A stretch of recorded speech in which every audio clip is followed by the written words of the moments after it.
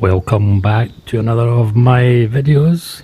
Now, I've got another book, Tales of the Old Woodlanders. And I'm going to give you a story. Well, I'm going to read you a story about Sid Kingshott. He was a woodman. And he worked on Pallinghurst Estate down south.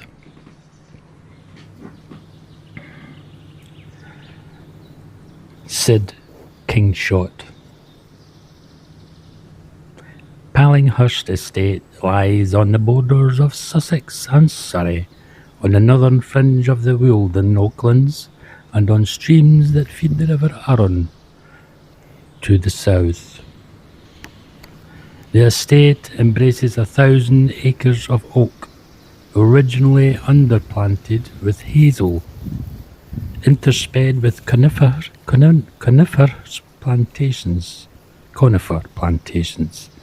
as they would say, which were still young enough to let in plenty of sky.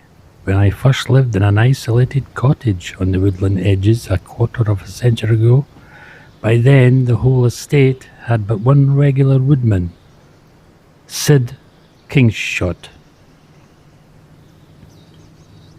As autumn nudged away the summer that first year, I walked with my young mongrel well away from the 2-mile Hogan Road that snaked through the heart of the woods.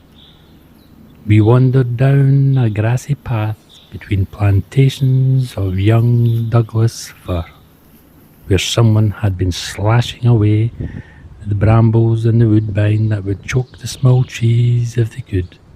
In the distance was a shock of white hair, bobbing slowly up and down like a wave-borne bird among the shoulder-high trees to the sound of a swishing fag-hook. A tall, lean, sinewy man straightened himself up from his task but remained stooping, as if his years of work weighed heavily on his shoulders, and his clothes hung as listlessly as though from a coat hanger. His weather-tanned face was strongly boned, his blue eyes quite piercing under the shaggy brows, but with a look of vague wonder in them. His arms, the shirt sleeves rolled back, were strong and tautly muscled. The big hands rested on the shaft of the hooked stick he was using to draw up the undergrowth as he cut it.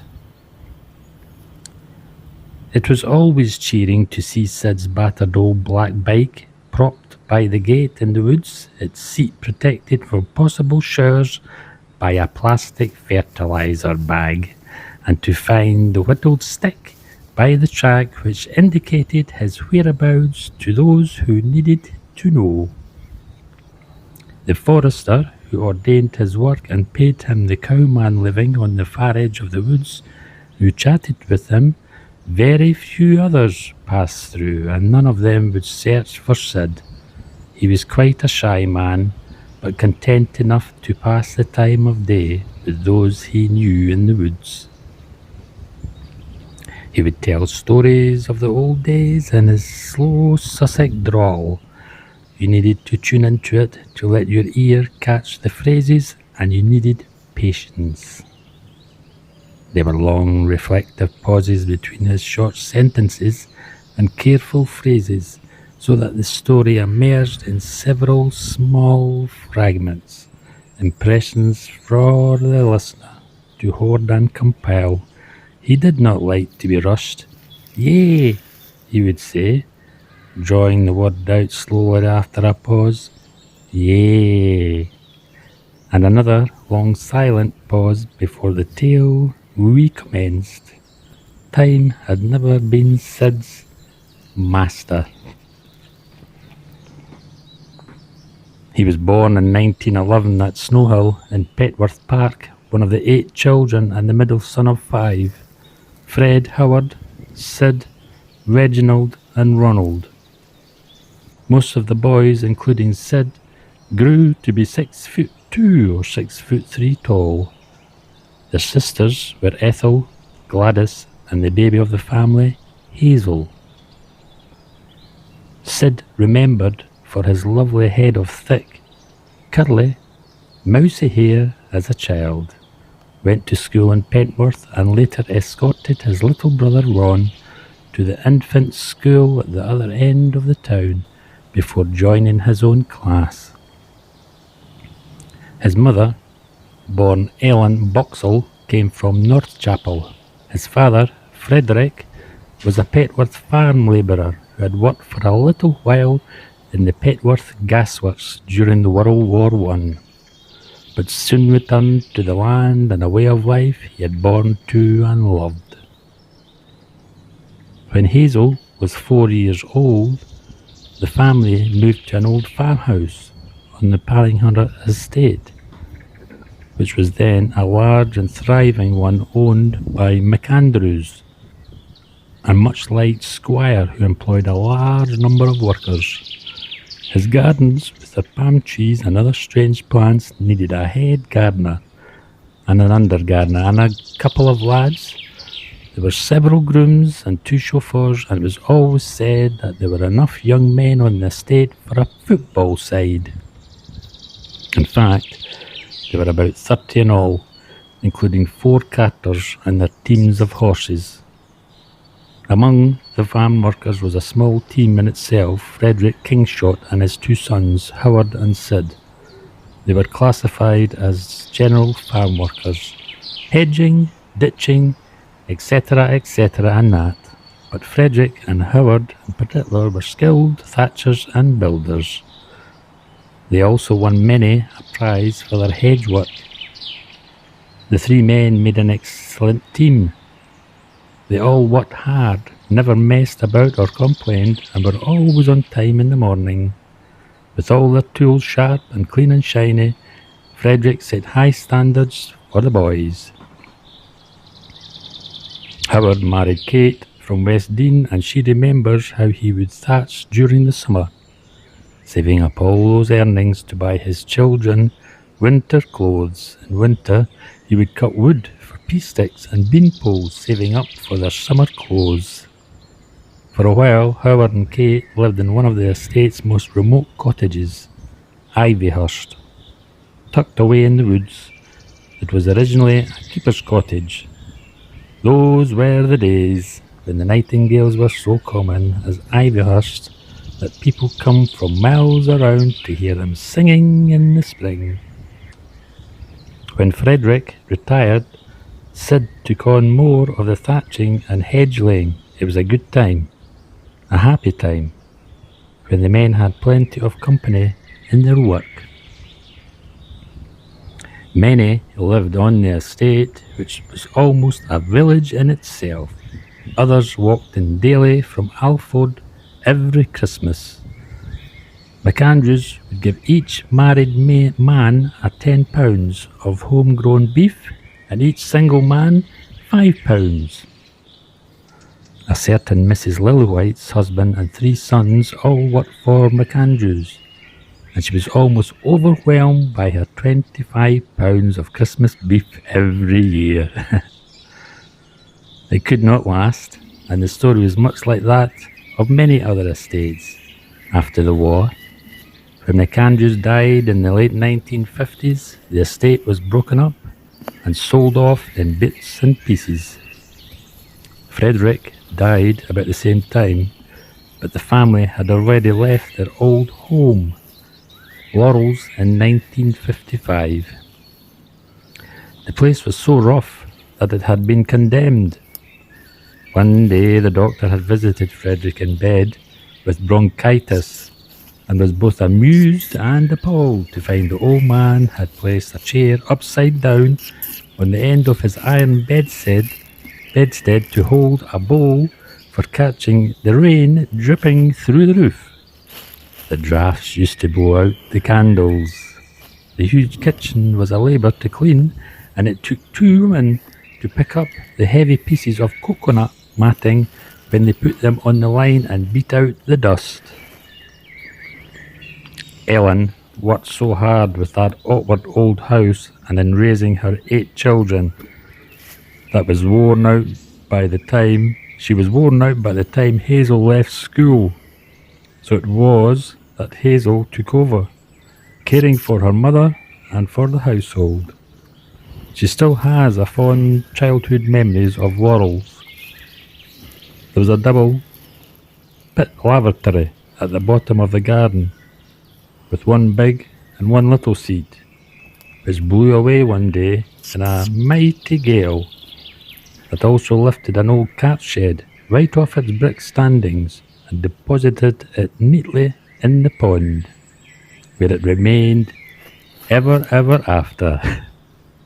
That was the day that the brothers, Howard and Fred, had gone to Horsham, 9 miles away.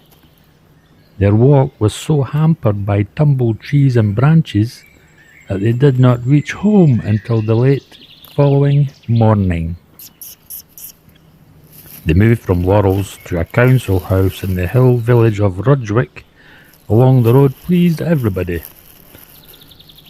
The house had electricity, it had running water, it even had a bathroom. Old Frederick was still doing half a day's work, though he was now 80 years old, and he loved nothing better than splashing about in this fine new bath. He was fascinated by it, so different to the freestanding tub at Laurel's, which had been so big that it stood half in the scullery and half in the larder. That thirsty old tub had demanded 20 hand-carried buckets of water when Hazel used to bathe him there, and when Hazel began to use an electric iron at their new home, Ellen and Frederick drew up their chairs just to watch this new magic, a world away from the stove-heated flat irons of old. That first electric iron, however, weighed 6 pounds, and iron was no easy task. After the estate broke up, many lives changed forever, and indeed the whole way of life vanished. Tractors had replaced horses on the farm, and the fields became lonelier places. Men worked in ones and twos instead of groups, and were increasingly isolated on their machines. Sid headed for the woods. He had always loved being in them since helping his father there in his youth, and he was like to spend the rest of his life among the trees. He worked diligently but slowly, increasingly so as he grew older, but he liked to watch the wildlife that came to watch him as he worked, accepting his presence and quite unafraid of him, unusually among woodmen, so did not take much notice of the adders that were so common there, except for once when he was on his way to his bike, heading for home, and a startled adder prepared to strike at him. Quick as a flash, Sid lopped off its head with one swift stroke of his foghook, but usually he left them in peace, marvelling when he came across the great writhing knots of the snakes, or simply accepting the presence of individual reptiles that sunbathed nearby as he worked cleaning out the woodland ditches and slashing the undergrowth away from the younger trees. Sid continued to live with his sister Hazel for the rest of his life, coasting down the hill on his bike in the mornings and pausing on his way home in the evenings at the working men's club, where sometimes the beer made him aggressive, though rarely drunk. We used to have some laughs, Hazel says, and some upsets. He never seemed to have a girlfriend, let alone a wife. He used to joke that his earnings were hard come by, as indeed they were, and he needed them to keep himself alive. Can't afford to keep somebody else's bloody daughter. In spite of his visits to the club, he was essentially a loner.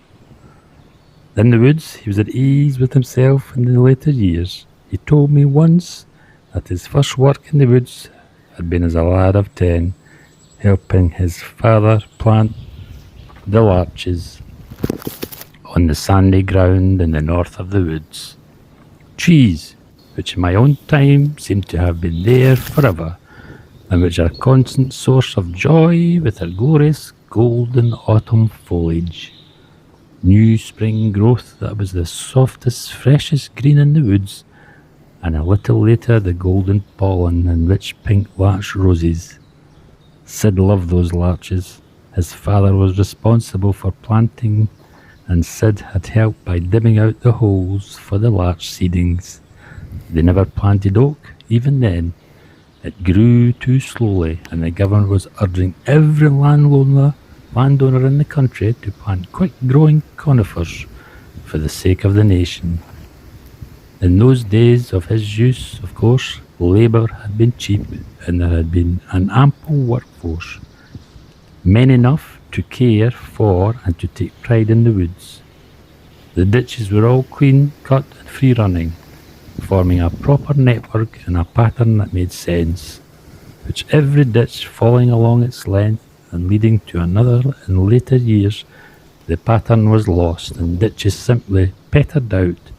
In those days the trees stood clear of choking brambles, the grass rides were green and kempt, the woodland lakes, now mere marshes, quietly rotting beneath undergrowth and a jungle of saplings, saw the sky and smelled back at it. The men sang and whistled.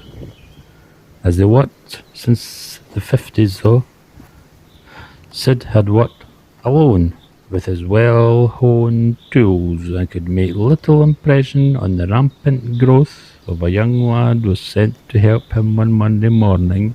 He didn't come back no more, though, said Sid. He couldn't stand those snakes. I hope you enjoyed that piece from